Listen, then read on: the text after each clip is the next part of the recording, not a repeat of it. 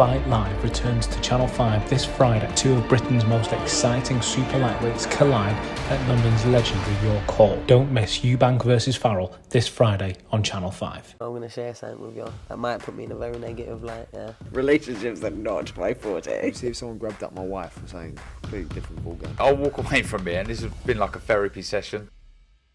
This is Colm McGuigan for IFL TV, proudly sponsored by Everlast. After 47 takes of his intro on stage there, I'm with Eddie Hearn.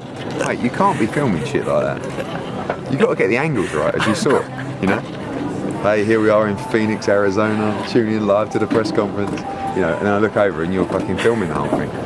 Yeah. Eddie, we're at a massive trilogy here in Phoenix, Arizona. Talk to me about this event as a whole. Well, I think we live in a sport at the moment where the big fights don't get made.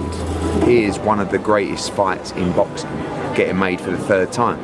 Now, one of the reasons for that is they are the smaller guys, and they have historically been up for being involved in big fights all the time. I got the pleasure of promoting number 2. This Saturday here in this arena, we will have close to 9,000, probably actually more than 9,000, for 2 super flyweights going at it with one of the greatest fights of all time. You know, I think it's going to be fight of the year. Can you imagine it being anything but a tremendous fight? And as a fight fan, these are the fights that you want to be involved with, and it's a really good card as well. Obviously, Julio Cesar Martinez against Carmona, our Spanish kid's a very good fighter, Olympian. Joselito Vasquez against Rosales, Amo Williams in a great fight, Pacheco with a step up, Mark Castro in a great fight. It's a brilliant card, and Phoenix is a very interesting place. Last time we were here was when I did Daniel Jacobs against Julio Cesar Chavez. Fuck me, nearly died that night. And obviously Chavez quit and things were flying everywhere. So this is wild, and Saturday will be amazing. Talk to me about the main event itself, because looking at this trilogy, for me anyways, in my opinion, the loser must retire. Are you of the same opinion? Yeah, I think that firstly, Chocolatito has come in as a big favourite for this fight because of his recent run. I mean, just beat, obviously, Julio Cesar Martinez. I felt like he beat Estrada in the second fight. It was close, but in my opinion, it was like a 115, 113 fight, which in that case can go either way.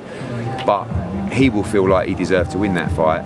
Estrada didn't struggle against Cortez really, but recently, but it was kind of like a run-out fight. He knew he was fighting this fight. It's very difficult to get up for fights like that, but these two just gel, you know, and they'll just give us a tremendous war. So I think, you know, Estrada said recently, maybe we do number 4. But the problem is every fight between these two will always be a fight of the year contender, and they're just two tremendous, great pound-for-pound stars. Looking at Amo Williams, you said on your live, you teased us with the potential Phoenix-Tyson clash. Is that going to happen? Done. I mean, both fighters have agreed that would be an eliminator for the world title. It's a tremendous fight. He's fighting a Danish fighter this week who I think is 13-0. I expect him to come through, but Felix Cash against Amo Williams is a tremendous fight. You know, 2 undefeated fighters that want to progress and fight for a world title. So, you know, you'll get your interviews later with Amo. He's a real character, and honestly, he wants to fight everybody. And you know, I expect him to win in style this weekend. Julio Cesar Martinez. We've heard the Sonny Edwards. We've heard it time and time again. Is that fight going to happen? And you know, is there a potential that we can see that next or no? Yeah, I think firstly we should look to have a unified champ in that division. You know, you've got Delakian, you've got Sonny Edwards, hopefully Jesse Rodriguez wins the WBO, and you've got Martinez, right? So there's no reason why we can't make those fights. The reason that Martinez is fighting, he has a mandatory that he had to fight against Arroyo. Unfortunately, Arroyo pulled out of the fight, so he fights Carmona as a late replacement. We have to see what happens with Arroyo, but I know Eddie Reynoso's over there. They'd be more than willing to take the Sonny Edwards fight. Jesse Rodriguez also wants the Sonny Edwards fight, and they're tough fights, though. I rate Sonny Edwards very highly, I really do, and I would love to get some kind of tournament to find out who is the best fighter in the division, because you know those guys, they want the fight. They're tremendous fights that can get made. And hopefully Julio Cesar Martinez comes through this weekend and we can get those made early in 2023. We'll move on to another different type of trilogy this weekend in Fury Chisora. What's your thoughts on that as a whole?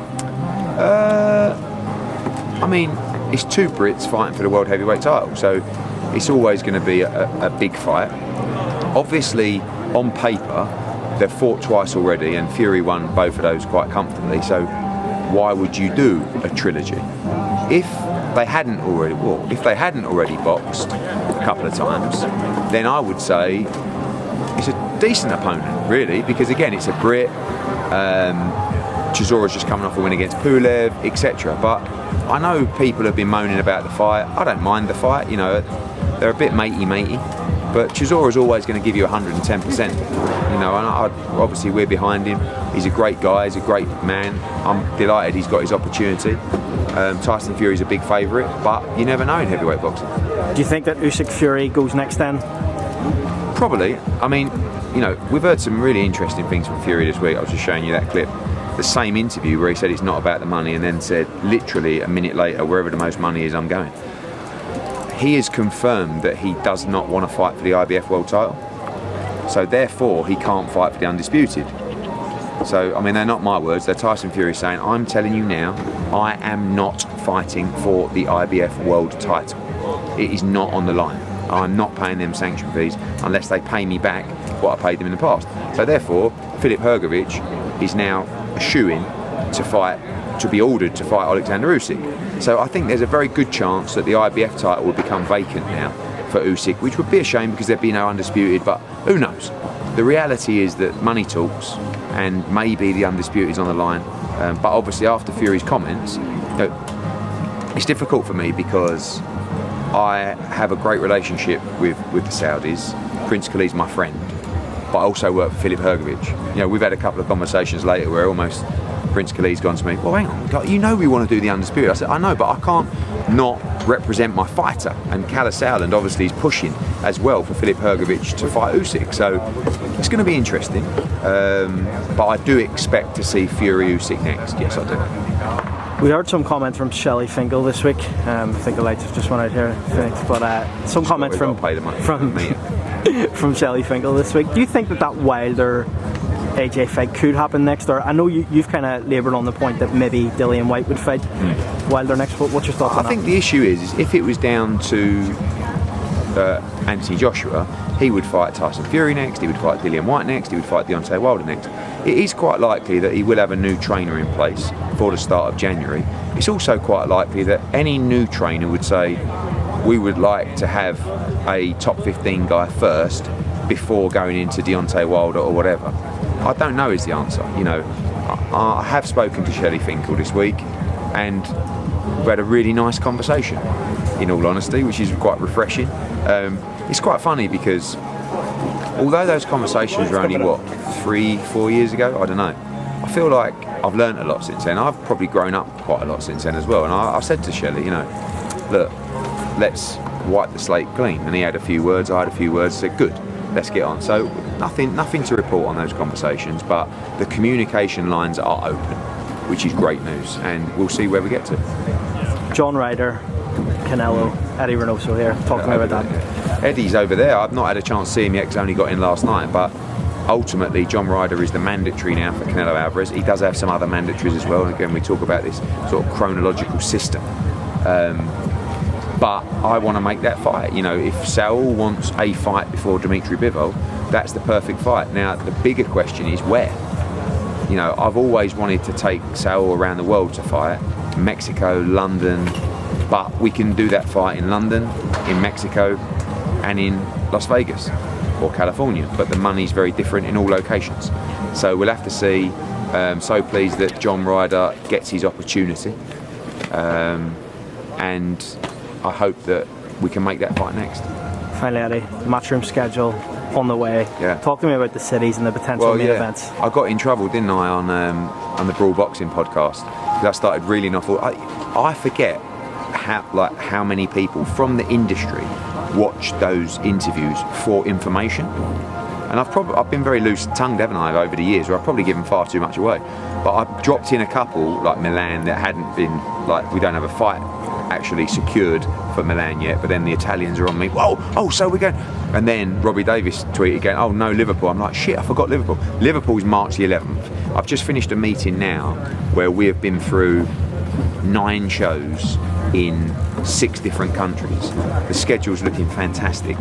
What I would like to do, and this is very difficult to do, is the week after Josh Warrington, I would like to have a media event or a sit down in front of the cameras where I can say to you, January, February, March, April.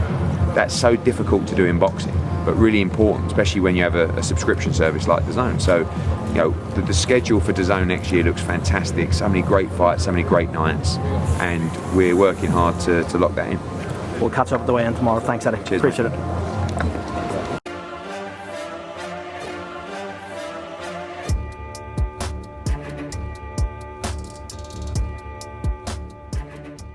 Fight Live returns to Channel 5 this Friday. Two of Britain's most exciting super lightweights collide at London's legendary York Hall. Don't miss Eubank versus Farrell this Friday on Channel 5. I'm going to share something with you. That might put me in a very negative light, yeah. Relationships are not my forte. See if someone grabbed up my wife or something, completely different ballgame. I'll walk away from it, and this has been like a therapy session.